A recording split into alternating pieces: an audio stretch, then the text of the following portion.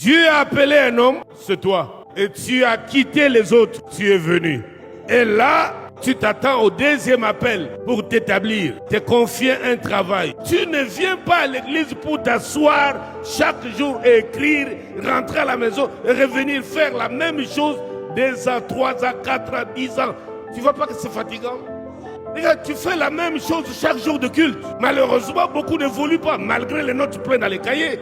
Pourquoi? Nous avons oublié le but. Quel est le but? Il y en a 3. Le premier, c'est gagner les âmes. Le deuxième, le former. Le troisième, les édifier. Tu sois édifié sur les rocs, sur les enseignements.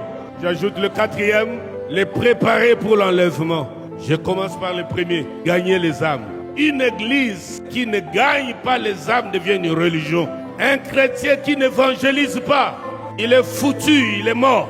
La mission que Dieu donne à l'église, c'est le salut des âmes. C'est gagner les âmes. Une église qui ne gagne pas des âmes, qui a exclu le programme d'évangélisation, c'est une religion morte. Le diable va commencer à vous utiliser, vous commencez à vous concurrencer dans les 4 murs, vous commencez à vous critiquer, vous escroquer comme des païens. Parce que vous avez oublié la mission primaire. Tu peux rester dans la même parcelle, dans les mêmes bureaux, avec la même personne, des années et des années. Tu lui as jamais parlé de Jésus.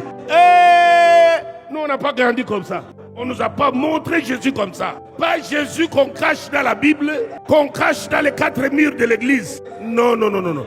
Un bon produit, on ne le cache jamais. Christianisme d'aujourd'hui, Jésus est caché dans les sacs. Même les gens du quartier ne savent même pas que tu pries. Tu te caches. Et Dieu te blâme à cause de ça. L'église locale, c'est un centre de formation qui nous apprend comment aller faire ce que Christ a fait. Il allait de lieu en lieu. Il tirait les gens de force. Ceux qui crient sans espoir. Ceux qui sont prêts à prendre de grandes décisions qui peuvent les détruire. Tu es arrivé à temps. Il dit non, il y a quelqu'un qui a souffert ces choses pour moi. C'est vrai. Tu peux dire à quelqu'un, le style de l'évangile actuel. Venez chez nous. Le Dieu de mon Père agit. Oui, mais n'oublie pas de placer Christ dans le cœur de la personne. C'est pas moi qui sauve, qui délivre. C'est mon maître. Mais si tu as présenté à ce monsieur-là, mon maître, tu auras fait un travail exceptionnel. S'il te plaît, plante Christ. Parle de Jésus. Et puis tu peux parler de son serviteur. Paul l'a recommandé à Timothée. Il dit, n'aie pas honte de parler de Jésus et de moi, son serviteur. L'église doit changer de rhétorique. Les chrétiens du ministère Amen en particulier, nous devons changer de rhétorique. Nous devons placer Christ dans le cœur. Parler de ses souffrances. Parce que la bonne nouvelle, ce n'est pas la bonne nouvelle de Mutombo, mais c'est la bonne nouvelle du royaume, de ce que Christ a fait à la croix. Comment il a souffert. Comment il a porté tes fardeaux. Comment on s'est moqué de lui par des passants. Même les gens qui ont mangé de son pain, ils se sont moqués de lui à la croix. Mais le 3e jour, il est sorti de la tombe. Il est vivant. Il est monté au ciel.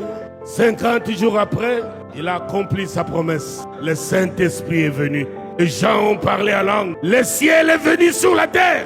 Il a dit, je serai avec vous jusqu'à la fin. Tu peux dire à quelqu'un, quelles que soient tes souffrances, si le diable veut te faire croire que tu es abandonné de Dieu, il ment. Dieu ne t'a jamais abandonné. C'est pas aujourd'hui qu'il le fera, encore moins demain. Tu dois lui donner l'assurance que Jésus est vivant. Il est mort pour toi, pour porter tes fardeaux, pour te donner ce qu'il a de meilleur en lui. Son salut, sa vie, qui est la vie éternelle. Si on ne fait pas ça, nous sommes un club de rencontres. Allez dans la rue, trouvez des gens ici en passage. Parlez de Jésus, vous aurez beaucoup gagné.